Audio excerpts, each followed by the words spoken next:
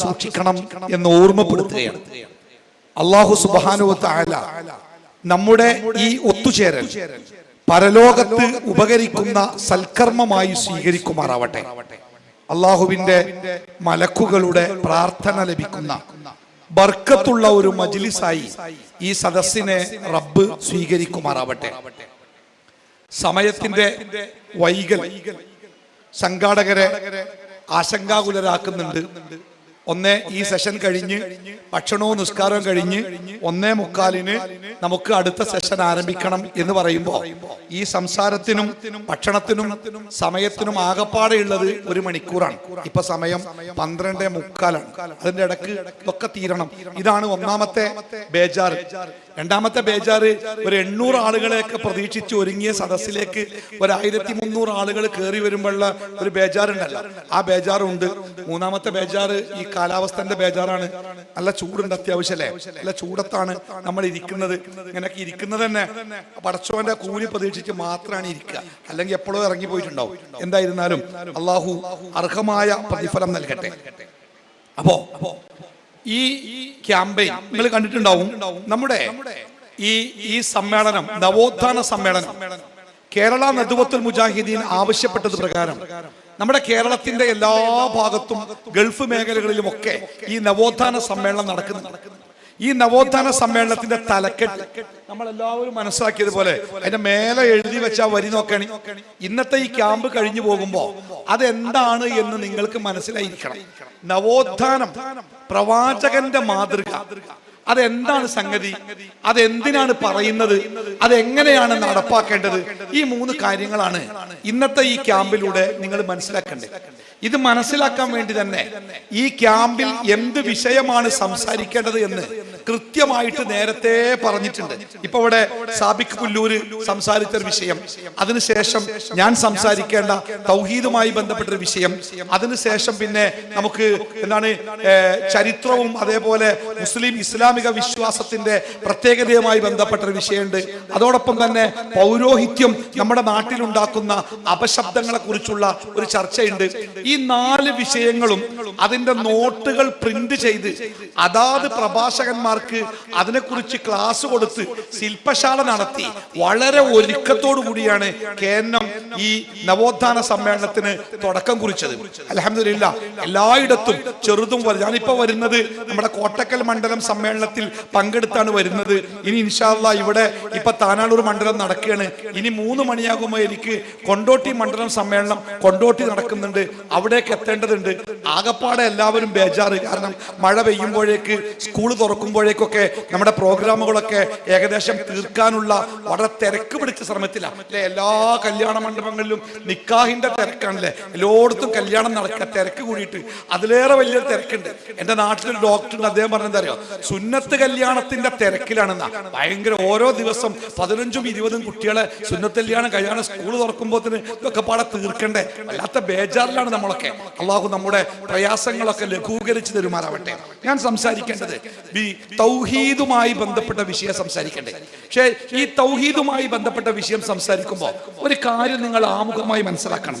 നമ്മുടെ ഈ സമ്മേളനത്തിന്റെ തലക്കെട്ട് നവോത്ഥാനം, പ്രവാചകന്റെ മാതൃക എന്നാണ്. എന്താണ് നവോത്ഥാനം എന്ന് നമ്മളൊക്കെ സ്കൂളുകളിലൊക്കെ വളരെ കാലം മുമ്പേ പഠിച്ചിട്ടുണ്ട്. നവോത്ഥാനം എന്ന് പറഞ്ഞാൽ ഒരു തലമുറ, ഒരു ജനത സാംസ്കാരികമായി ധാർമ്മികമായി അവർ തകർന്നു പോകുമ്പോ ആ ജനതയെ പതുക്കെ പതുക്കെ ശരിയായ ദിശയിലേക്ക് കൊണ്ടുവരാനുള്ള ആ ശ്രമത്തിനാണ് നവോത്ഥാനം എന്ന് പറയാൻ. നമ്മുടെ കേരളത്തിലൊക്കെ ഒരുപാട് നവോത്ഥാന നായകന്മാരെ കുറിച്ച് നമ്മൾ പഠിച്ചിട്ടുണ്ട്. കേരളത്തിലെ ഈ തൊട്ടുകൂടായ്മയും തീണ്ടിക്കൂടായ്മയും ഒക്കെ താഴ്ന്ന വിഭാഗത്തിൽപ്പെട്ടവരാണ് എന്ന് പറയപ്പെടുന്ന ഒരു കൂട്ടം ജനങ്ങളെ വളരെ മോശപ്പെട്ട രൂപത്തിൽ കാണുകയും കണ്ടുകൂടാത്തവരും തീണ്ടിക്കൂടാത്തവരും കൺവെട്ടത്ത് പോലും വരാൻ പാടില്ലാത്തവരുമായിട്ടൊക്കെ ജീവിച്ചിരുന്ന ആ ജനതയെ മുകളിലേക്ക് കൊണ്ടുവരാൻ ശ്രീനാരായണ ഗുരുവിനെ പോലെ, അയ്യങ്കാളിയെ പോലെയൊക്കെയുള്ള നവോത്ഥാന നായകന്മാരുടെ ശ്രമങ്ങളെ കുറിച്ച് നമ്മൾ ചരിത്രത്തിൽ വായിച്ചിട്ടുണ്ട്. മുസ്ലിം സമൂഹത്തിൽ മുസ്ലിങ്ങൾ അനുഭവിച്ചിരുന്ന അന്ധവിശ്വാസങ്ങളിൽ നിന്നും അനാചാരങ്ങളിൽ നിന്നും ഈ സമൂഹത്തെ നവോത്ഥാനത്തിന്റെ വഴിയിലേക്ക് എത്തിച്ച സയ്യിദ് ഹമദാനി തങ്ങളെ കുറിച്ചും വക്കം മൗലവിയെ കുറിച്ചും KM മൗലവി, MK ഹാജി, അങ്ങനെ ഒരുപാട് പേരുകൾ ചരിത്രത്തിൽ നമ്മൾ വായിച്ചിട്ടുണ്ട്. അപ്പൊ നവോത്ഥാനം എന്താണെന്ന് നമുക്കറിയാം. ഒരു ജനത എല്ലാ നിലക്കും സാംസ്കാരികമായോ ധാർമ്മികമായോ അവർ തകർന്നു പോകുമ്പോൾ ആ ജനതയെ ആ തകർച്ചയിൽ നിന്ന് മേലോട്ട് കൊണ്ടുവന്ന് സന്മാർഗത്തിന്റെ സദാചാരത്തിന്റെ ദിശയിലേക്ക് അവരെ എത്തിക്കുന്ന പ്രക്രിയക്കാണ് നമ്മൾ ഈ നവോത്ഥാനം എന്നതുകൊണ്ട് ഉദ്ദേശിക്കുന്നത്. ഇന്ന് നമ്മൾ ജീവിക്കുന്ന ലോകം ഒരു നവോത്ഥാനം ആവശ്യപ്പെടുന്ന ലോകമാണ്. എല്ലായിടത്തും പ്രയാസങ്ങളാണ്. ഇപ്പൊ ഇവിടെ സംസാരിച്ചു, നമ്മുടെ ബാല്യ കൗമാരകാലത്തെ കുട്ടികൾ അനുഭവിക്കുന്ന വലിയ പ്രതിസന്ധിയെ കുറിച്ച് സംസാരിച്ചു. മുതിർന്നവർക്കറിയാം നമ്മുടെ വീടുകളിലൊക്കെ നമ്മൾ അനുഭവിക്കുന്ന പ്രതിസന്ധികൾ. ഒരു കുടുംബത്തിന് സമാധാനം കിട്ടേണ്ട, സമാധാനത്തിന്റെ കേന്ദ്രമാവേണ്ട നമ്മുടെ വീടകങ്ങളൊക്കെ അസമാധാനത്തിന്റെ നെരിപ്പോടുകളായി മാറുന്നുണ്ട്. വിവാഹമോചനങ്ങൾ എമ്പാടും നടക്കുന്നുണ്ട്. ഭാര്യ ഭർത്തൃ ജീവിതത്തിലേക്ക് വഞ്ചനയുടെ, ചതിയുടെ ഒട്ടനേകം കഥകളും സംഭവങ്ങളും കടന്നു വരുന്നുണ്ട്. അങ്ങനെ ഒരുപാട് പ്രതിസന്ധി എല്ലായിടത്തും അനുഭവിക്കുക. ലഹരിയുടേതായ ലോകം നമ്മളെ വല്ലാതെ തകർക്കുന്നുണ്ട്. അങ്ങനെ എല്ലാ തരത്തിലും മനുഷ്യൻ ഒരു വലിയ പ്രതിസന്ധിയുടെ മുമ്പിൽ ഇങ്ങനെ ജീവിക്കുമ്പോൾ ആ മനുഷ്യന്റെ ഉള്ളിൽ നിന്നൊരു മോഹമുണ്ട്, ഇതിൽ നിന്നൊരു മാറ്റം ഉണ്ടാവണം. എവിടെയാണ് മാറ്റം ഉണ്ടാവുക? സമൂഹത്തിൽ ആരാണ് മാറ്റം ഉണ്ടാക്കുക? ഒരു നവോത്ഥാനത്തിന് വേണ്ടി എല്ലാവരും കാത്തിരിക്കുന്നുണ്ട്. ഒരു നവോത്ഥാന നായകനെ എല്ലാവരും കാത്തിരിക്കുന്നുണ്ട്. വേടൻ, നമ്മുടെ നാട്ടിലെ ചെറുപ്പക്കാരന്റെ ഹരമായി മാറിയ വേടന്റെ പിന്നാലെ ഈ ജനക്കൂട്ടം പോകാനുള്ള കാരണം എന്താ അറിയോ? അദ്ദേഹം പറയുന്ന തീഷ്ണമായ ചില വാക്കുകൾ സമൂഹം ഇന്ന് അനുഭവിക്കുന്ന ദുർഗതിയിൽ നിന്ന് ആ സമൂഹത്തെ രക്ഷപ്പെടുത്താൻ പോകുന്ന ചില വാക്കുകളാണ്. സംഗതി തോന്നിയാസാണെങ്കിലും മൂപ്പര് പറയുന്നുണ്ട്. അപ്പോ അദ്ദേഹത്തിന്റെ കൂടെ പോയാൽ ഒരു നവോത്ഥാനത്തിന്റെ വഴി കിട്ടിയേക്കുമെന്ന് നമ്മുടെ ചില ചെറുപ്പക്കാരൊക്കെ പ്രത്യാശിക്കുന്നുണ്ട്. അങ്ങനെ എവിടെയാണോ ഒരു നവോത്ഥാനത്തിന്റെ ശ്രമം ഉണ്ടാകുന്നത് അതിന്റെ പിന്നാലെ പോകാൻ ആളുകൾ റെഡിയാ. ഒരാള് തന്റെ ഇടത്തോടെ എഴുന്നേറ്റ് നിന്ന് ഒരു തെറ്റിനെതിരെ അയാൾ പ്രതികരിക്കുമ്പോൾ ജനങ്ങൾ അയാളെ പ്രശംസിക്കാണ്. അയാളെ പോലെ ആവണം, ഓനെ പോലെ ആകണം. പക്ഷെ കുറച്ചു കഴിഞ്ഞാൽ പിന്നെ മൂപ്പരെ കാണുന്നില്ല. അതാണ് പ്രശ്നം. അപ്പൊ ആളുകളൊക്കെ നവോത്ഥാനം ആഗ്രഹിക്കുന്നുണ്ട്, നവോത്ഥാനത്തിന്റെ നായകന്മാരെ തേടുന്നുണ്ട്. പക്ഷെ ഒരു നവോത്ഥാനം എവിടെ കാണാൻ പറ്റുന്നില്ല. സ്ഥായിയായി ആ നവോത്ഥാനം മുന്നോട്ട് കൊണ്ടുപോകാൻ അതിനു മാത്രം കപ്പാസിറ്റി ഉള്ള, അതിനു മാത്രം ശേഷിയുള്ള നേതാക്കന്മാരെ നമ്മൾ കാണുന്നില്ല. രാഷ്ട്രീയത്തിലൊക്കെ ചില നേതാക്കന്മാർ ഉയർന്നു നിന്ന് ചില കാര്യങ്ങൾ സംസാരിക്കുമ്പോൾ ജനങ്ങളെ കണ്ടോ, ഓൻ ആൺകുട്ടിയാണ് എന്ന് പറയാറുണ്ട്. പക്ഷെ ആ ആൺകുട്ടി കുറഞ്ഞ കാലം കൊണ്ട് പെൺകുട്ടിയായി മാറുമ്പോൾ ജനങ്ങളൊക്കെ സങ്കടപ്പെടുകയാണ്. അപ്പോ ഒരു നവോത്ഥാനം എങ്ങനെ ഉണ്ടാവുക? ആ നവോത്ഥാനം ആരാണ് നയിക്കുക? എന്താണ് നവോത്ഥാനത്തിന്റെ മാർഗം എന്നൊക്കെ ലോകത്താകമാനം ചർച്ചകൾ നടക്കുമ്പോൾ, നമ്മുടെ കേരളക്കരയിലും ആ ചർച്ച നടക്കുമ്പോൾ കേരളത്തിലെ ജനങ്ങൾക്ക് മുമ്പിൽ നെഞ്ചൂക്കോടുകൂടി തന്റെ ഇടത്തോടുകൂടി എഴുന്നേറ്റ് നിന്ന് കേരളത്തിലെ മുജാഹിദ് പ്രസ്ഥാനം, ഇസ്ലാഹി പ്രസ്ഥാനം കേരളത്തിലെ ജനങ്ങൾക്ക് ഒരു നവോത്ഥാനത്തിന്റെ കഥ പറഞ്ഞു കൊടുക്കുകയാണ്. ജനങ്ങളെ, നിങ്ങൾ നവോത്ഥാനം ആഗ്രഹിക്കുന്നുണ്ടോ? നിങ്ങളുടെ വീട്ടില്, നിങ്ങളുടെ കുടുംബത്തില്, മക്കളില്, അയൽപക്കത്ത്, സമൂഹത്തില്, സമുദായത്തില്, രാജ്യത്ത്, ലോകത്ത് ഒരു നന്മയുടേതായ മാറ്റം ഉണ്ടാവണമെന്ന് നിങ്ങൾ ആഗ്രഹിക്കുന്നുണ്ടോ? എങ്കിൽ നിങ്ങൾക്ക് മുമ്പിലേക്ക് നവോത്ഥാനത്തിന്റെ മനോഹരമായ ഒരു മാതൃക ഞങ്ങൾ വെച്ചു തരാം. ആ നവോത്ഥാനത്തിന്റെ വഴിയെ നിങ്ങൾ സഞ്ചരിച്ചാൽ ആ നവോത്ഥാനം നിങ്ങളെ ഒരിക്കലും നിരാശരാക്കുകയില്ല. ആ നവോത്ഥാനം നിങ്ങളെ വഴിപിഴക്കുകയില്ല. ജീവിതത്തിൽ നിങ്ങൾ ആഗ്രഹിക്കുന്ന നന്മ എന്താണോ, നിങ്ങൾ ആഗ്രഹിക്കുന്ന സമാധാനം എന്താണോ, ആ സമാധാനത്തിന്റെ നെറുകയിലേക്ക് ആ നവോത്ഥാനം നിങ്ങളെ കൊണ്ടുപോകും. അതിനു പറ്റിയ ഒരു നവോത്ഥാനത്തെ കുറിച്ചാണ് ഞങ്ങൾ സംസാരിക്കുന്നത് എന്ന് ചങ്കൂറ്റത്തോടുകൂടി ലോകത്തിന്റെ മുമ്പിൽ, ജനങ്ങൾക്ക് മുമ്പിൽ മുജാഹിദ് പ്രസ്ഥാനം പറഞ്ഞുകൊണ്ടിരിക്കുക. മുസ്ലിങ്ങളിൽപ്പെട്ട ചില ആളുകൾ തന്നെ പറയുന്നത് അത് 7-ാം നൂറ്റാണ്ടിലെ പ്രവാചകന്റെ പാഠങ്ങളല്ലേ, അത് അന്നത്തെ കാലത്തെ പാഠങ്ങളല്ലേ, അത് ഇന്നത്തെ കാലത്തേക്ക് പറ്റൂല. ലേശൊക്കെ ചെത്തിയൊപ്പിച്ച് പ്രവാചകൻ പറഞ്ഞ ചില കാര്യങ്ങളൊക്കെ നമ്മൾ കാണാതിരിക്കണം, ചില കാര്യങ്ങളൊക്കെ നമ്മൾ വെട്ടിമാറ്റണം, ചില കാര്യങ്ങളൊക്കെ നമ്മൾ തള്ളിക്കളയണം. ഇപ്പൊ നമ്മൾ ജീവിക്കുന്നത് ആധുനിക കാലത്തല്ലേ, ആധുനിക കാലത്തിനനുസരിച്ച് അതിനെ ഒന്ന് ചെത്തി ശരിയാക്കണം എന്നൊക്കെ വിശ്വസിക്കുന്ന ആൾക്കാരും ഈ സമൂഹത്തിന്റെ മുമ്പിലുണ്ട്. പക്ഷേ അവരോടൊക്കെ തന്റെ ഇടത്തോടു കൂടി നമ്മൾ പറയാണ്, പ്രിയപ്പെട്ട ലോകമേ, പ്രിയപ്പെട്ട ജനങ്ങളെ, ജീവിതത്തിൽ സമാധാനത്തിന്റെ മാറ്റമുണ്ടാവണമെന്ന് വ്യക്തി ജീവിതത്തിലും കുടുംബ ജീവിതത്തിലും സാമൂഹ്യ ജീവിതത്തിലും നന്മയുടേതായ മാറ്റമുണ്ടാവണമെന്ന് നിങ്ങൾ ആഗ്രഹിക്കുന്നുണ്ടെങ്കിൽ നിങ്ങൾക്ക് മുമ്പിലേക്ക് ഇതാ നവോത്ഥാനത്തിന്റെ അനശ്വരമായ ഒരു മാതൃക ഞങ്ങൾ പറഞ്ഞു തരാം. ആ നവോത്ഥാനം ഹബീബായ മുഹമ്മദ് മുസ്തഫ സ്വല്ലല്ലാഹു അലൈഹി വസല്ലമ ഈ ലോകത്തുണ്ടാക്കിയ നവോത്ഥാനമാണ്. 1500 കൊല്ലത്തിനിപ്പുറവും മാറ്റമില്ലാതെ ജനങ്ങൾ ആഗ്രഹിക്കുന്ന, ജനങ്ങൾ പിന്തുണക്കുന്ന, ജനങ്ങൾ പ്രതീക്ഷയോടുകൂടി കാത്തു നിൽക്കുന്ന ആ നവോത്ഥാനത്തിന്റെ പാഠങ്ങളെ പറ്റി ലോകത്തോട് പറയാനാണ് ഈ നവോത്ഥാന സമ്മേളനത്തിലൂടെ നമ്മൾ ഉദ്ദേശിക്കുന്നത്. പലപ്പോഴും നമ്മുടെ നാട്ടിലൊക്കെ നവോത്ഥാനം ഉണ്ടാവാറുണ്ട്. പക്ഷേ ഒരു നൂറ്റാണ്ടിലെ നവോത്ഥാനം അടുത്ത നൂറ്റാണ്ടാകുമ്പോഴേക്ക് അത് തകർന്നു പോകും. ആ നവോത്ഥാനം ഉണ്ടാക്കിയ ആളുകളെ അടുത്ത നൂറ്റാണ്ടാകുമ്പോഴേക്ക് ജനങ്ങൾ മറന്നു പോകും. എന്നാൽ 1500 കൊല്ലം മുമ്പ്, 1500 കൊല്ലം മുമ്പ് അറേബ്യയുടെ ഊഷരമായ മരുഭൂമിയിൽ നിന്ന് നവോത്ഥാനത്തിന്റെ ആദ്യ ശബ്ദങ്ങളുമായി ലോകത്തിന്റെ മുമ്പിലേക്ക് വന്ന ഹബീബായ റസൂലുള്ള 23 കൊല്ലം, കേവലം 23 കൊല്ലം മാത്രമാണ് ആ പ്രവാചകൻ തന്റെ നവോത്ഥാനത്തിന്റെ കൊടുങ്കാറ്റുമായി ഈ ലോകത്ത് പ്രവർത്തിച്ചത്. പക്ഷേ ആ പ്രവാചകന്റെ മരണശേഷം 1500 കൊല്ലങ്ങൾ കഴിഞ്ഞു, 15 നൂറ്റാണ്ടുകൾ കഴിഞ്ഞു. ആ 15 നൂറ്റാണ്ടിന്റെ ഇപ്പുറത്തും ആ പ്രവാചകൻ ഉണ്ടാക്കിയ നവോത്ഥാനം ലോകത്ത് കൊടുങ്കാറ്റുണ്ടാക്കുന്നു, ലോകത്ത് വിപ്ലവങ്ങൾ ഉണ്ടാക്കുന്നു, ലോകത്ത് നന്മകൾ ഉണ്ടാക്കുന്നു, ലോകത്ത് സമാധാനം ഉണ്ടാക്കുന്നു, ലോകത്തിലെ മനുഷ്യർക്ക് അത് വലിയ ചില നേട്ടങ്ങൾ ഉണ്ടാക്കി കൊടുക്കുന്നു. എന്താണ് പ്രവാചകൻ ഉണ്ടാക്കിയ ഈ നവോത്ഥാനത്തിന്റെ സവിശേഷത? അതിനെക്കുറിച്ച് മനസ്സിലാക്കുമ്പോഴാണ് പ്രിയപ്പെട്ടവരെ തൗഹീദ് എന്ന പദം നമ്മുടെ വിഷയത്തിന്റെ ഭാഗമായി വരുന്നത്. എങ്ങനെയാണ് ഇവിടെ ശ്രീനാരായണ ഗുരു നവോത്ഥാനം ഉണ്ടാക്കിയിട്ടുണ്ട്, അയ്യങ്കാളി നവോത്ഥാനം ഉണ്ടാക്കിയിട്ടുണ്ട്, അങ്ങനെ പല ജാതി നേതാക്കന്മാര് നമ്മുടെ കേരളത്തിൽ ചരിത്രത്തിന്റെ മുമ്പിൽ നിന്നുകൊണ്ട് നവോത്ഥാനം ഉണ്ടാക്കിയിട്ടുണ്ട്. അവരൊക്കെ ഉണ്ടാക്കിയ നവോത്ഥാനം ഒരുപാട് കാലത്തിനപ്പുറം പോകാതെ അടുത്ത തലമുറയിലേക്ക് വരുമ്പോ ആ നവോത്ഥാനം അസ്തമിക്കുന്നുണ്ട്. പക്ഷേ നബി സല്ലല്ലാഹു അലൈഹി വസല്ലമ പഠിപ്പിച്ച ആ നവോത്ഥാനം 1500 കൊല്ലത്തിനിപ്പുറവും ആ നവോത്ഥാനം ജീവിച്ചിരിക്കാനുള്ള കാരണം, ആ നവോത്ഥാനത്തിന്റെ ഏറ്റവും പ്രധാനപ്പെട്ട ഭാഗം എന്ന് പറയുന്നത്, മനുഷ്യ നിനക്ക് ഒരു സൃഷ്ടാവുണ്ട്. ആ സൃഷ്ടാവിന്റെ മുമ്പിൽ കേവലം അടിമ മാത്രമാണ് നീ. ആ സൃഷ്ടാവിന്റെ ഔദാര്യം അത് മാത്രമാണ് നിന്റെ ജീവിതം. നിന്നെ ആ സൃഷ്ടാവ് നാളെ തിരിച്ചു വിളിക്കും. ആ തിരിച്ചു വിളിച്ചതിന് ശേഷം നിന്റെ ജീവിതത്തിന്റെ കൃത്യമായ കണക്ക് നോക്കി സ്വർഗവും നിറവും നിശ്ചയിക്കുന്ന ഒരു കോടതി നിന്റെ മുമ്പിൽ വരാനുണ്ട് എന്ന കൃത്യമായ ആ വിശ്വാസമാണ് ഇസ്ലാമിക നവോത്ഥാനത്തെ ലോകത്തിന്റെ അവസാനം വരെ ഈ ലോകത്ത് നിലനിർത്താൻ പ്രേരിപ്പിക്കുന്ന ഏറ്റവും പ്രധാനപ്പെട്ട ഘടകം. അഥവാ അതാണ് തൗഹീദ്. ഏകനായ പടച്ചതമ്പുരാൻ, ആ പടച്ചതമ്പുരാനാണ് തന്റെ സൃഷ്ടാവെന്നും തന്റെ ജീവിതം ആ പടച്ച റബ്ബിന് മാത്രം കടപ്പെട്ടതാണെന്നും ആ ജീവിതത്തിനെ ആ റബ്ബിന് സമർപ്പിക്കണമെന്നും, ഇന്ന സ്വലാത്തി വനുസുകി വമഹ്യായ വമമാതി ലില്ലാഹി റബ്ബിൽ ആലമീൻ, എന്റെ നിസ്കാരം, എന്റെ ആരാധനകൾ, എന്റെ മറ്റു കർമ്മങ്ങൾ, എന്റെ ജീവിതം, എന്റെ മരണം, ഇതൊക്കെയും അല്ലാഹുവേ ഇത് നിനക്ക് വേണ്ടിയുള്ളതാണ് എന്ന് പറയുന്ന ഒരവസ്ഥയിലേക്ക് ഒരു മനുഷ്യന് മാറാൻ കഴിഞ്ഞാൽ അവന്റെ ജീവിതത്തെ മറ്റൊരാൾ കാണുന്നുണ്ടോ അല്ലെങ്കിൽ ആരെങ്കിലും നിരീക്ഷിക്കുന്നുണ്ടോ അതവന് പ്രശ്നമല്ല.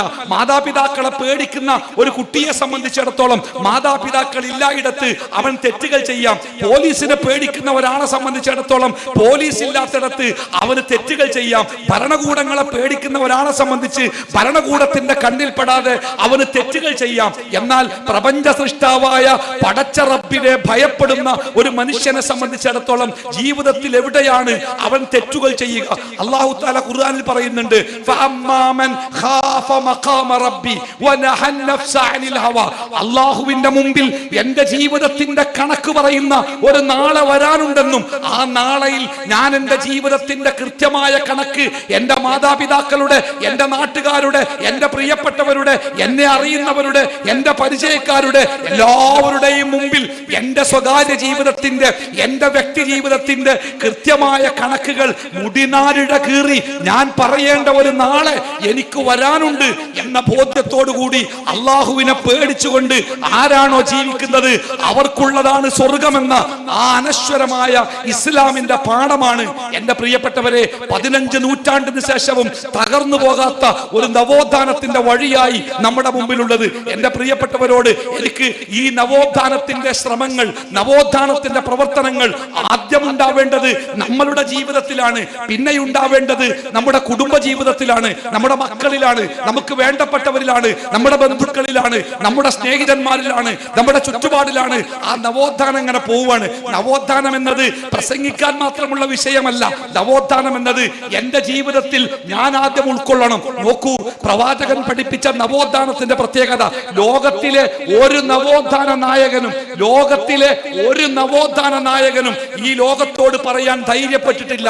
എന്തെന്നറിയോ? നിങ്ങൾ, ഞാൻ ജീവിച്ചു കാണിച്ചു തരാം, ഞാൻ പറയുന്ന ഈ ആശയപ്രകാരം ഞാൻ ജീവിച്ചു കാണിച്ചു തരാം, അതുകൊണ്ട് നിങ്ങൾ എല്ലാവരും എന്റെ ജീവിതത്തെ പിൻപറ്റിയാണ് ജീവിക്കേണ്ടത് എന്ന് ഈ ലോകത്തോട് പറയാൻ ഒരു നേതാവിനും ഇതുവരെ ധൈര്യമുണ്ടായിട്ടില്ല. നമുക്ക് ധൈര്യമുണ്ടോ?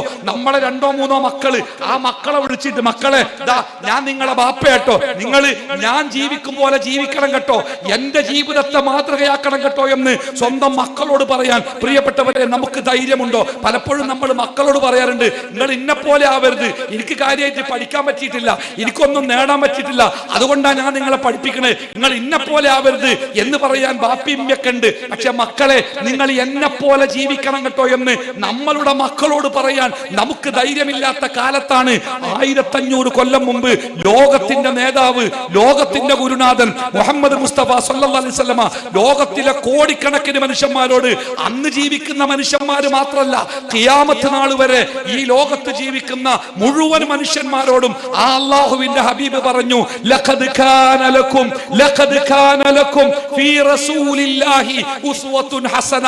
ഇതാ അല്ലാഹുവിന്റെ പ്രവാചകനായ ഞാൻ എന്റെ ജീവിതത്തിൽ നിങ്ങൾക്ക് ഏറ്റവും നല്ല മാതൃകയുണ്ട്.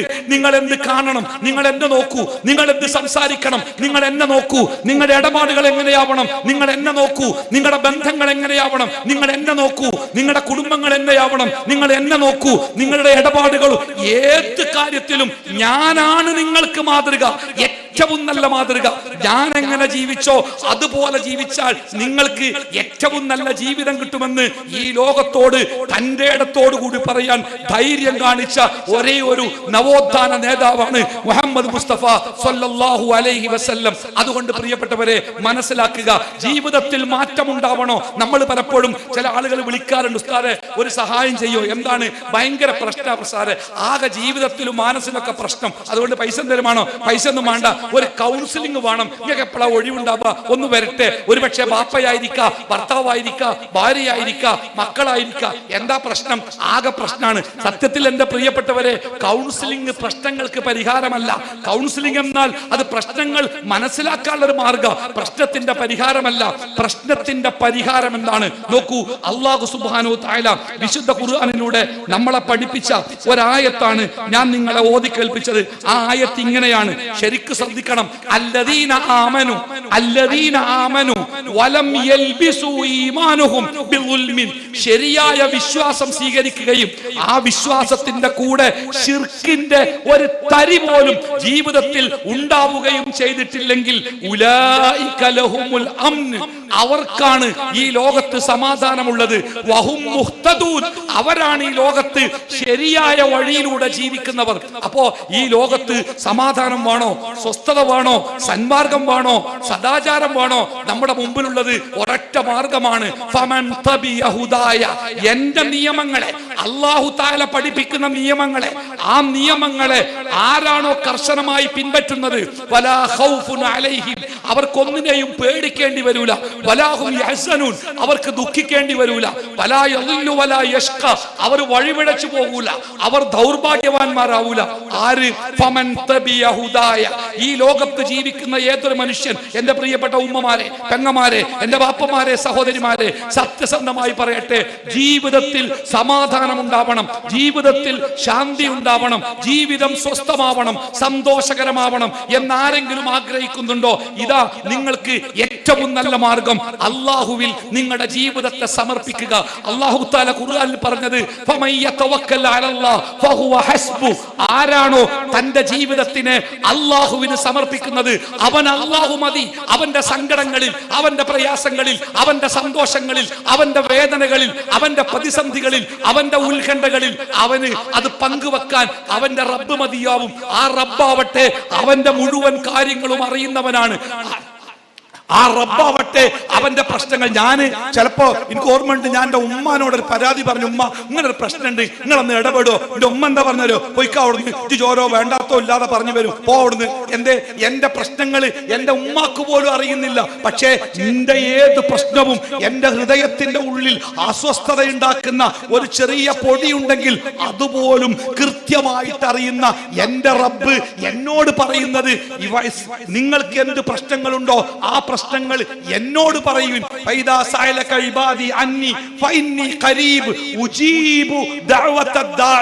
ആരാണോ എന്നെ വിളിക്കുന്നത്, ആരാണോ എന്നോട് ചോദിക്കുന്നത്, അവന് ഞാൻ ഉത്തരം കൊടുക്കാം, അവന്റെ പ്രശ്നം ഞാൻ പരിഹരിച്ചു കൊടുക്കാം എന്നെനിക്ക് വാക്ക് തന്ന എന്റെ റബ്ബ് 24 മണിക്കൂറും കണ്ണിമ തെറ്റാതെ എന്നെ കണ്ടുകൊണ്ടിരിക്കുന്ന, എന്നെ അറിഞ്ഞുകൊണ്ടിരിക്കുന്ന ആ റബ്ബിന്റെ മുമ്പിൽ ഞാൻ ജീവിക്കുമ്പോൾ എന്റെ പ്രശ്നങ്ങൾ പറയാൻ, എന്റെ സങ്കടങ്ങൾ പറയാൻ, എന്റെ പ്രയാസങ്ങൾ പറയാൻ ആ റബ്ബ് എന്നെ കാത്തിരിക്കുന്നുണ്ട് എന്ന് ഞാൻ വിശ്വസിക്കുമ്പോൾ, പ്രിയപ്പെട്ടവരെ, അതിലേറെ എന്റെ മനസ്സിന്, എന്റെ ജീവിതത്തിന് സന്തോഷം നൽകുന്ന എന്തൊരു സംഗതിയാണുള്ളത്.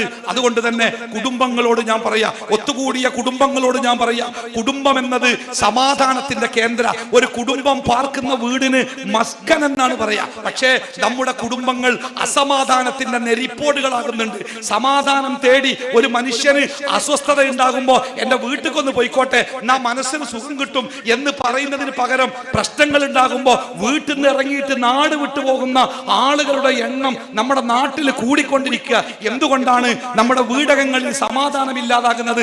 ഞാൻ തറപ്പിച്ചു പറയും, ഞാൻ ഉറപ്പിച്ചു പറയും, നമ്മുടെ വീടുകൾ, നമ്മുടെ കുടുംബ സംവിധാനങ്ങൾ, നമ്മുടെ വീടിന്റെ അലകും പിടിയുമൊക്കെ നമ്മൾ മാറ്റിയിട്ടുണ്ട്. പടച്ച റബ്ബ്, നമ്മുടെ സൃഷ്ടാവ് നമുക്ക് പഠിപ്പിച്ചു തന്ന ആ കുടുംബത്തിന്റെ അവസ്ഥകൾ എവിടെയൊക്കെയോ നമ്മൾ തലകീഴായി മറിച്ചപ്പോൾ ഉണ്ടായ ചില ദുരന്തങ്ങൾ നമ്മളൊക്കെ അനുഭവിക്കുന്നുണ്ട്. ഞങ്ങളൊരിക്കൽ ഒരു ഖത്തീബുമാരുടെ ഒരു കൂട്ടായ്മയിൽ നമ്മുടെ വീടുകളിലൊക്കെ സമാധാനമില്ലായ്മ ഉണ്ടാകുന്നുണ്ട്. അതുകൊണ്ട് വീട്ടിൽ സമാധാനം ഉണ്ടാവണം, അതിനെന്താ മാർഗം എന്നതിനെ കുറിച്ച് ഒരു ഖുത്ബ ഉണ്ടാക്കാൻ തീരുമാനിച്ചു. അപ്പൊ ഈ വിഷയം 4 ആഴ്ച പറയേണ്ട വിഷയമാണ്. അപ്പൊ എവിടെയാണ് തുടങ്ങുക എന്ന് ആലോചിച്ചപ്പോ ഒന്നാമത്തെ നിർദ്ദേശം വന്നത്, തുടങ്ങേണ്ടത് എവിടെയാണ് എന്ന് ചോദിച്ചപ്പോ ഇവിടെ പീഡിപ്പിക്കപ്പെടുന്ന പുരുഷന്മാർ എന്ന വിഷയത്തിലാണ് തുടങ്ങേണ്ടത് പറഞ്ഞു. പുരുഷന്മാർ പീഡിപ്പിക്കപ്പെടുന്നുണ്ടോ? ആരാണ് പുരുഷന്മാരെ അടിക്കുന്നത്? ആരാ കല്ലെടുത്തെറിയുന്നത്?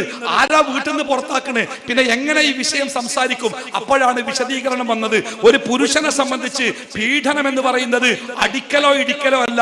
അടി ഇടിയൊന്നും ഞങ്ങൾക്ക് പ്രശ്നമല്ല, ഒന്നുകിൽ കൊള്ളും അല്ലെങ്കിൽ തിരിച്ചു കൊടുക്കും, അതൊരു പ്രശ്നമല്ല. പക്ഷേ ഒരു പുരുഷനെ സംബന്ധിച്ച് അയാൾ അനുഭവിക്കുന്ന ഏറ്റവും വലിയ പീഡനം മാനസികമായ പീഡനമാണ്. അഥവാ ഒരു കുടുംബത്തിൽ ഒരു പുരുഷൻ ഉണ്ടാവേണ്ട സ്ഥാനം, പരിഗണന, ആദരവ് അതാ പുരുഷന് കിട്ടാതെ വരുമ്പോ അയാൾ അനുഭവിക്കുന്ന ഒരു മാനസികമായ പ്രശ്നമുണ്ട്. പലപ്പോഴും വീട്ടിൽ നടക്കുന്ന കാര്യങ്ങൾ പുരുഷന്മാർ അറിയുന്നില്ല, അവരോട് ചോദിക്കുന്നില്ല, തീരുമാനങ്ങൾ അറിയുന്നില്ല. കാരണം വീട്ടിലെ ഉമ്മ ശക്തയാണ്, അവരുടെ മക്കൾ വരുമാനമുള്ളവരാണ്, അവർ സ്ഥാനമാനമുള്ളവരാണ്. ഈ പിതാവാവട്ടെ, ബാപ്പയാവട്ടെ, ഭർത്താവാകട്ടെ, അയാൾ രോഗം അല്ലെങ്കിൽ വാർദ്ധക്യമുള്ളവനാ, അയാളോട് പറഞ്ഞിട്ട് കാര്യമില്ല, അതുകൊണ്ട് പറയേണ്ടതില്ല.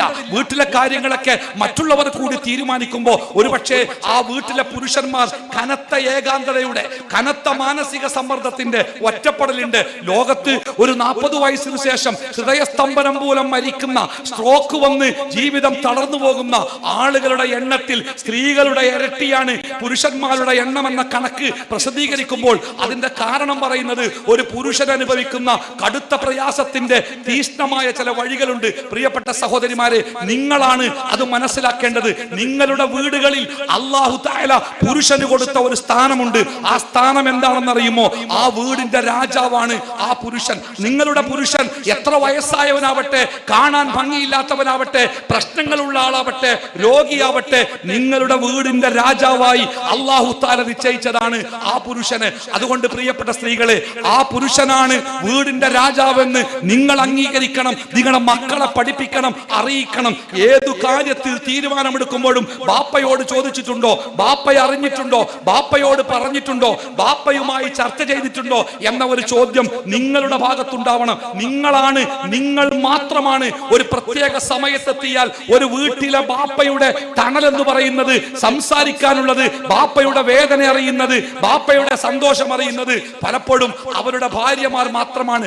ആ ഭാര്യമാർ നിശബ്ദരായാൽ ആ വീട്ടിൽ ആ ബാപ്പമാർ ഒറ്റപ്പെട്ടു പോകും. മക്കളൊക്കെ എത്ര വലിയ സമ്പത്തും എത്ര വലിയ സ്ഥാനത്തുള്ളവരാവട്ടെ, പക്ഷെ നിങ്ങളെ സംബന്ധിച്ചിടത്തോളം ആ വീട്ടിൽ നിങ്ങൾ പരിഗണിക്കേണ്ട വീട്ടിലെ രാജാവ് നിങ്ങളുടെ ഭർത്താക്കന്മാരാണ്. ഹബീബായ മുഹമ്മദ് മുസ്തഫ സ്വല്ലല്ലാഹു അലൈഹി വസല്ലമ പറഞ്ഞത്, ഒരു മനുഷ്യന്റെ മുമ്പിൽ മറ്റൊരു മനുഷ്യൻ സുജൂദ് ചെയ്യാൻ പാടില്ല. ശിർക്കാണത്. സുജൂദ് ഒരു ആരാധനയാണ്. ഏതെങ്കിലും ഒരു മനുഷ്യന്റെ മുമ്പിൽ മറ്റൊരു മനുഷ്യന് സുജൂദ് ചെയ്യാൻ അധികാരം നൽകാൻ എനിക്ക് അവകാശമുണ്ടായിരുന്നുവെങ്കിൽ ഞാൻ പറയുമായിരുന്നു, സ്ത്രീകളെ നിങ്ങൾ നിങ്ങളുടെ ഭർത്താക്കന്മാർക്ക് മുമ്പിൽ സുജൂദ് ചെയ്യണം. അത് അല്ലാഹു തആല നിശ്ചയിച്ച ഒരു സ്ഥാനമാണ്. അല്ലാഹു തആല ഒരു കുടുംബത്തിന്റെ മനോഹരമായ മുന്നോട്ട് പോക്കിന് അല്ലാഹു നിശ്ചയിച്ച ഒരവസ്ഥയാണത്. ആ അവസ്ഥ ആര് ഒരു കുടുംബത്തിലെ നാഥന് വകവെച്ചു കൊടുക്കുന്നുണ്ടോ ആ വീട് മനോഹരമായിരിക്കും, സമാധാനമായിരിക്കും. പുരുഷന്മാരോട് പറയാനുണ്ട്, എവിടെയാണ് നിങ്ങൾക്ക് നിങ്ങളുടെ വീട്ടിലെ സ്ഥാനങ്ങൾ നഷ്ടമായത്? എവിടെയാണ് നിങ്ങൾ അവഗണിക്കപ്പെട്ടത്? എവിടെയാണ് നിങ്ങൾ പരിഗണിക്കപ്പെട്ടത്? എവിടെയാണ് നിങ്ങളുടെ വീട്ടിലെ ഭാര്യയും മക്കളും അവർ ഒന്നായി നിങ്ങൾ കൂട്ടത്തിൽ നിന്ന് പിന്മാറ്റപ്പെട്ടത് എവിടെയാണ് എന്ന ചോദ്യത്തിന്റെ മറുപടി ഞാൻ പറയാം. അല്ലാഹു സുബ്ഹാനഹു വ തആല ഒരാണെന്ന നിലക്ക് നിങ്ങളെ ഏൽപ്പിച്ച ഒരു ഉത്തരവാദിത്തമുണ്ട്. ആ കുടുംബത്തിന്റെ മേലാധികാരം, ആ കുടുംബത്തിന്റെ ചെലവ്, ആ കുടുംബത്തിന്റെ സുരക്ഷിതത്വം, ആ കുടുംബത്തിന്റെ സമാധാനം അതാണിനെയാണ് അല്ലാഹു തആല ഏൽപ്പിച്ചത്. മൂക്കിന് താഴെ ഈ രോമം തന്ന് മീശ തന്ന് ശരീരത്തിൽ ചില മാറ്റങ്ങൾ വരുത്തി എന്തിനാണ് ഒരാണിനെ ആണാക്കിയത് എന്ന ചോദ്യത്തിന് ഖുർആൻ നൽകുന്ന ഒന്നാമത്തെ മറുപടി, ആ കുടുംബത്തിന്റെ സുരക്ഷിതത്വം, സംരക്ഷണം, ചെലവ് അതൊരാണിന്റെ ബാധ്യതയാണ്. ഒരാണറിയാതെ ആ വീട്ടിൽ ഒരു ഈച്ച പാറരുത്. ഒരാണറിയാതെ ആ വീട്ടിൽ ഒരാൾ വരരുത്. ഒരാണറിയാതെ ആ വീട്ടിൽ ഒരു ഉറുപ്പിക ചെലവഴിക്കപ്പെടരുത്. ഇവിടെ പുരുഷന്മാർക്ക് സംഭവിച്ച ഒരു വലിയ അപകടമുണ്ട്.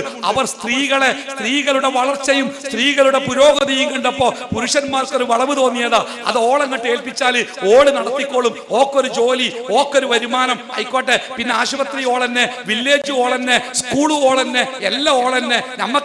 നമുക്ക് നല്ല സുഖ. ഒരാൾ പറഞ്ഞത്, ഉസ്താദെ എനിക്കിന്റെ നാട്ടിലെ ഗവൺമെന്റ് ആശുപത്രി എവിടെ അറിയില്ല, വില്ലേജ് ഓഫീസ് എവിടെ അറിയില്ല, പഞ്ചായത്ത് എവിടെ അറിയില്ല. ഞാൻ ചോദിച്ചു എന്ത്? അതൊക്കെ എന്റെ ഭാര്യയാണ് ചെയ്യല്. ഉഷാറായി. ഞാൻ പറഞ്ഞു, നാളെ ഒന്നും കൂടി നിനക്ക് മനസ്സിലാവും എനിക്ക് എന്റെ കുടുംബം ഏതാന്ന് അറിയണില്ല എന്ന് പറയുന്ന അവസ്ഥ വരും. കാരണം കുടുംബത്തിന്റെ ചുമതല പുരുഷനെ അല്ലാഹു ഏൽപ്പിച്ചു. പക്ഷേ എവിടെയൊക്കെയോ പുരുഷന്മാർ ചില ചെറിയ ലാഭങ്ങൾക്ക് വേണ്ടി, ചെറിയ ലാഭത്തിന് വേണ്ടി സ്ത്രീകളുടെ മേൽ ഈ ഭാരം അടിച്ചേൽപ്പിച്ച്, കാക്ക കുട്ടിക്ക് സുഖല്ല, ആശുപത്രിയിൽ പോകണം, ഓട്ടോറിക്ഷ കൊണ്ടേക്കോ, പൈസ അല്ല, അന്നത്തില്ല പൈസ ഒക്കെ.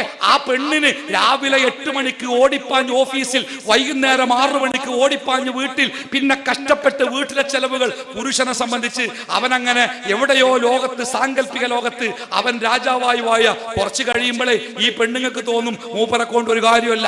അതുകൊണ്ട് പുരുഷന്മാരെ, നിനക്കറിയോ ഹബീബായ റസൂൽ പഠിപ്പിക്കണേ, ഒരു വീടിന്റെ ചെലവ് ആണിന്റെ ചുമതലയാണ്, അത് പെണ്ണിന്റെ ചുമതലയല്ല. ഒരു പെണ്ണ് എത്ര ശമ്പളം വാങ്ങുന്ന ജോലി ഉണ്ടെങ്കിലും അവളുടെ ശമ്പളമുണ്ടല്ലോ, അത് അവളുടെ മാത്രം സ്വത്താണ്, അത് അവളുടെ സ്വത്താ. ആ സ്വത്തിൽ നിന്ന് എന്തെങ്കിലും കുടുംബത്തിന് വേണ്ടി അവൾ ഭർത്താവിന് കൊടുക്കുന്നുണ്ടെങ്കിൽ അള്ളാഹുവിന്റെ റസൂൽ പറഞ്ഞു, അത് അവൾ ചെയ്യുന്ന സ്വതക്കയാണ്, അത് അവളുടെ സ്വതക്കയാണ്, ദാനമാണത്. എന്റെ ഭാര്യയുടെ ശമ്പളം വാങ്ങിയിട്ടാണ് ഞാൻ കുടുംബം പോറ്റുന്നതെങ്കിൽ അതിന്റെ അർത്ഥം ഞാൻ എന്റെ ഭാര്യയിൽ നിന്ന് ദാനം കിട്ടി, ദാനം വാങ്ങുന്നത് കൊണ്ട് കുടുംബം നോക്കുന്നവളാണെന്ന. അള്ളാഹു നമ്മളെ ആണാക്കിയത്, ജീവിതത്തിലെ പ്രശ്നങ്ങളും പ്രയാസങ്ങളും ഒക്കെ പെണ്ണിനെ ഏൽപ്പിച്ചത്, ആർത്തവം മുതൽ, പ്രസവം മുതൽ, മുലയൂട്ടൽ മുതൽ, ഒരു കുട്ടിയെ വളർത്തൽ മുതൽ, ജീവിതത്തിലെ തീഷ്ണമായ പ്രയാസങ്ങൾ അള്ളാഹു പെണ്ണിനെ ഏൽപ്പിച്ചത്. ആണിനെ ഏൽപ്പിച്ച ഭാരപ്പെട്ട ഒരു ജോലിയുണ്ട്.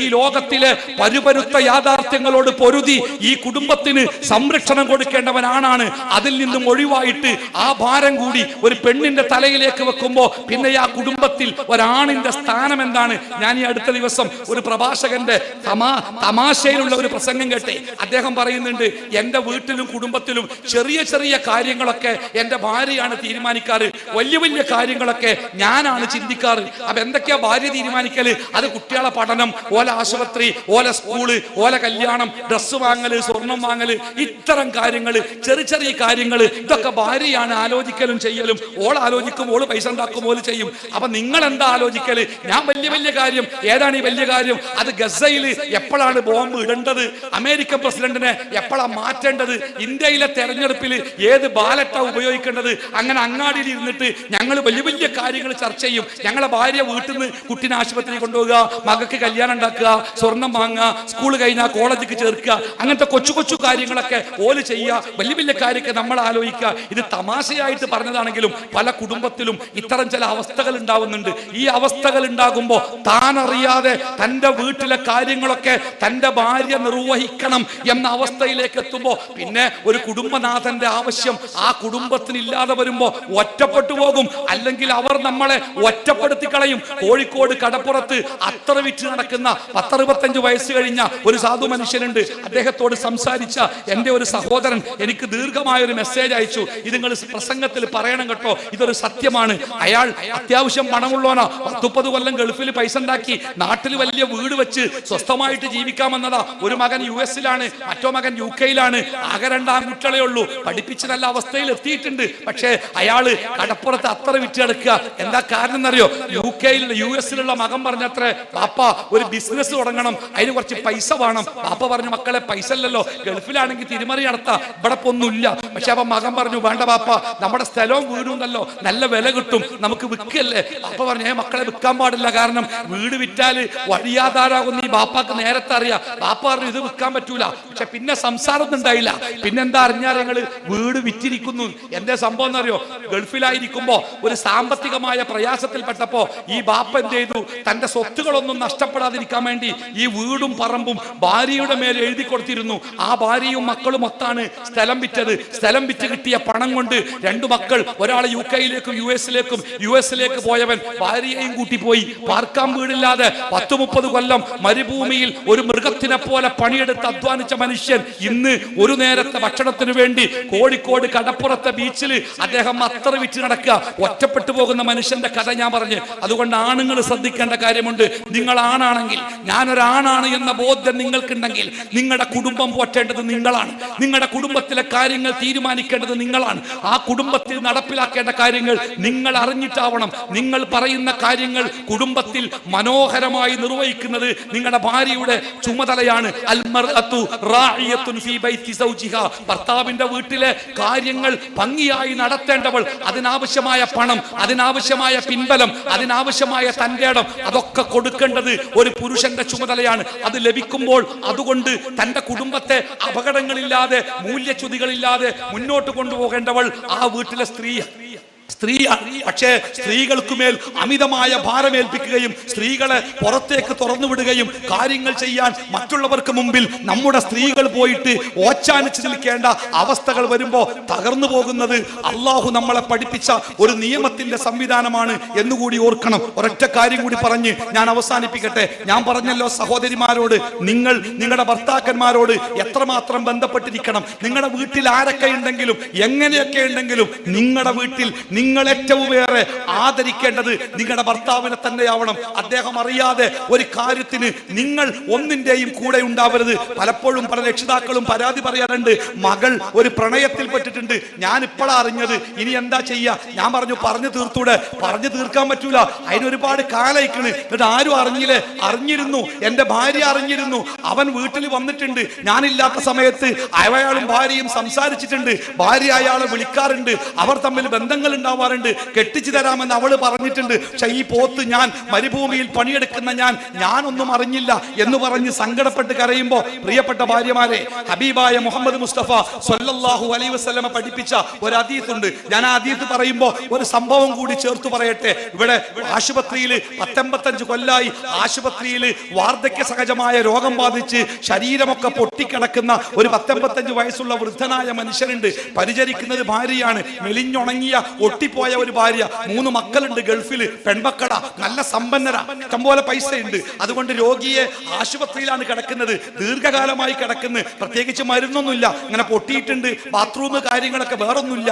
അങ്ങനെ ഈ ഉമ്മയാണ് നോക്കുന്നത്. അപ്പൊ ആളുകളൊക്കെ പറയാൻ തുടങ്ങി, എന്താണ് ഈ മക്കള് നോക്കാൻ വരാത്തത്? ഇത് കേട്ടപ്പോ മക്കൾ എന്ത് ചെയ്തു? ഗൾഫിൽ നിന്ന് നേരെ ആശുപത്രിക്ക് വന്നിട്ട് ഉമ്മാനോട് പറഞ്ഞു, മാസങ്ങളായിട്ട് ഉമ്മയാണ് നോക്കണേ വാപ്പാനെ. ഉമ്മാനോട് പറഞ്ഞു, ഉമ്മ നിങ്ങൾ പോയിക്കോളി, ഞങ്ങളൊന്ന് നോക്കട്ടെ. ഉമ്മ പറഞ്ഞു, മക്കളെ നിങ്ങൾക്ക് ഇടങ്ങേറാവൂലേ, വാപ്പാന്റെ ആശുപത്രി ബാത്റൂം ഒക്കെ എനിക്ക് നല്ല പരിചയ, ഞാൻ നോക്കിക്കോളാം, നിങ്ങൾ വാപ്പാനെ ഇടക്കിടക്ക് വന്ന് കണ്ടാ മതി. പക്ഷെ മക്കള് വാശി പിടിച്ചു, ഞങ്ങൾ നോക്കിക്കോളാം. അതിൽ ഉമ്മ പറഞ്ഞു, എന്നാ ഞാൻ പട ഇരുന്നോളാം, നിങ്ങൾ നോക്കിക്കോളി, കുഴപ്പമൊന്നുമില്ലല്ലോ. മക്കള് വീണ്ടും ഇടപെട്ടു, നിങ്ങളൊന്ന് വീട്ടിൽ പോയി ഉമ്മ ഒന്ന് കുളിച്ച് 4 ദിവസം കിടന്നുറങ്ങി നല്ല ഭക്ഷണമൊക്കെ കഴിച്ചൊന്ന് ഉഷാറാക്കി, ഇവിടെ നിന്ന് നിങ്ങൾ ആകെപ്പാടൊരു കോലായിട്ടുണ്ട്, വാപ്പാനെ ഞങ്ങൾ നോക്കൂലേ, നിങ്ങൾക്ക് വിശ്വാസമല്ലേ ഞങ്ങളെ? മക്കള് ഉമ്മാനെ ചീത്ത പറഞ്ഞപ്പോ മനസ്സില്ലാ മനസ്സോടെ ഉമ്മ പോകാൻ തീരുമാനിച്ച് പർദ്ദ കെട്ടുകണ്ട് പോകാൻ നേരത്ത് മിണ്ടാട്ടമില്ലാതെ ചെരിഞ്ഞു കിടക്കുന്ന തന്റെ ഭർത്താവിന്റെ കയ്യിൽ ഇങ്ങനെ തട്ടിയിട്ട് ഉമ്മ പറഞ്ഞ്, എന്നാ ഞാൻ പോയി അരച്ചിട്ടോ, മക്കളുണ്ട് ഇവിടെ.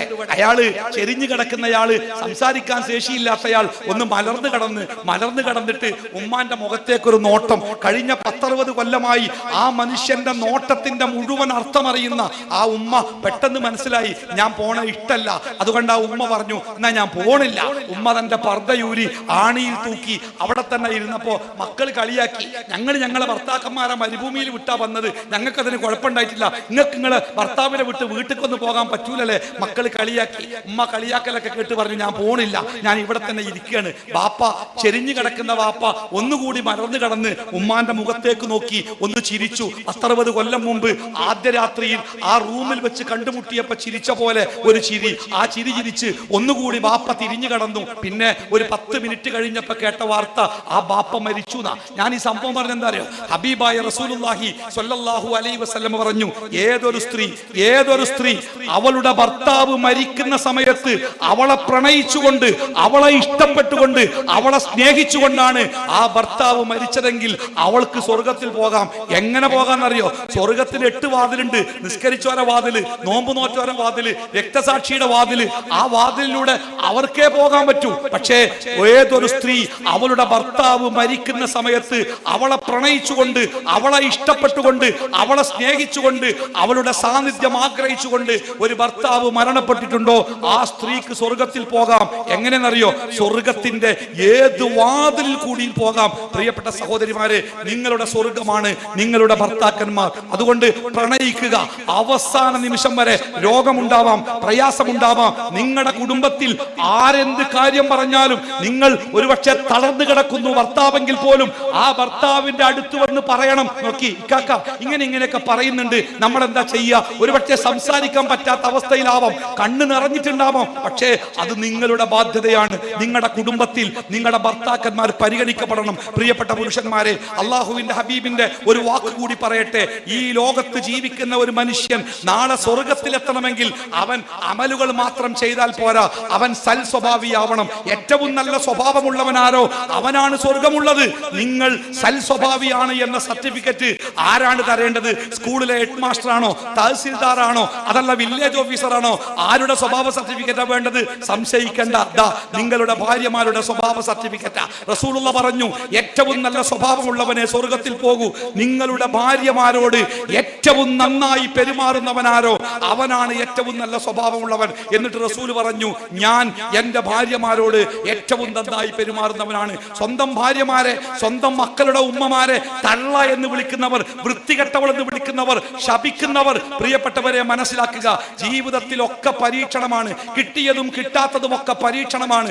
ആ പരീക്ഷണത്തിൽ അള്ളാഹു നോക്കുന്നത് ഈമാനോടുകൂടി അള്ളാഹുവിന്റെ കൽപ്പന പരിപാലിക്കുന്നുണ്ടോ. ഒരുപക്ഷെ നമ്മുടെ ഭാര്യ പാവമാവാം, പൊട്ടിയാവാം, ഒന്നും തിരിയാത്തവളാവാം, ആധുനിക അറിയാത്തവളാവാം, നാലാൾക്ക് മുമ്പിൽ പെരുമാറാൻ കഴിയാത്തവളാവാം. പക്ഷേ അള്ളാഹു നമുക്കവളെ ഒരു ഭാര്യയായി തന്നിട്ടുണ്ടെങ്കിൽ ആ ഭാര്യയെ അള്ളാഹുവിന്റെ ഖുർആൻ പറഞ്ഞ പോലെ ഒരു കുറവ് നിങ്ങൾ അവളിൽ കണ്ടാൽ 1000 നന്മകൾ.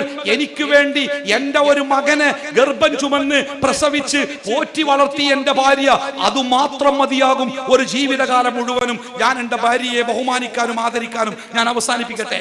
അള്ളാഹു ഏതൊരു നിയമം നമുക്ക് വേണ്ടി തന്നിട്ടുണ്ടോ ആ നിയമത്തെ നമ്മൾ എങ്ങനെ ജീവിതത്തിൽ പുലർത്തുന്നുണ്ടോ അതാണ് സമാധാനം, അതാണ് ശാന്തി, അതാണ് ഒരു മനുഷ്യ ജീവിതത്തിന്റെ സ്വസ്ഥത. അതല്ല അള്ളാഹുവിന്റെ നിയമങ്ങളെ എവിടെ നമ്മൾ പൊട്ടിച്ചു കളയുന്നുണ്ടോ അവിടെ നമുക്ക് നഷ്ടമുണ്ടാവും, നമുക്ക് അസ്വസ്ഥതയുണ്ടാവും, നമുക്ക് വേദന ഉണ്ടാവും, നമുക്ക് കഷ്ടപ്പാടുണ്ടാകും, നമ്മുടെ ജീവിതം ദുരിതപൂർണമാകും. അവസാനിപ്പിക്കുന്നു. അതുകൊണ്ട് നവോത്ഥാനം, ജീവിതത്തിൽ മാറ്റമുണ്ടാവാൻ ആഗ്രഹിക്കുന്നവർ പ്രവാചകൻ പഠിപ്പിച്ച അള്ളാഹുവിലേക്ക് മടങ്ങുക, അള്ളാഹുവിന്റെ ആ നന്മയിലേക്ക്, ഇബാദത്തിലേക്ക്, തൗഹീദിലേക്ക്, ലാ ഇലാഹ ഇല്ലല്ലാഹിലേക്ക് മടങ്ങുക. അത് ജീവിതത്തിന് സ്വസ്ഥതയും സമാധാനവും ഉണ്ടാക്കും. അല്ലാഹു തആല അനുഗ്രഹിക്കുമാറാവട്ടെ. വസല്ലല്ലാഹു അലാ മുഹമ്മദിൻ വഅലാ ആലിഹി വസ്വഹ്ബിഹി അജ്മഈൻ. അൽഹംദുലില്ലാഹി റബ്ബിൽ ആലമീൻ. അസ്സലാമു അലൈക്കും വറഹ്മത്തുള്ളാഹി വബറകാതുഹു.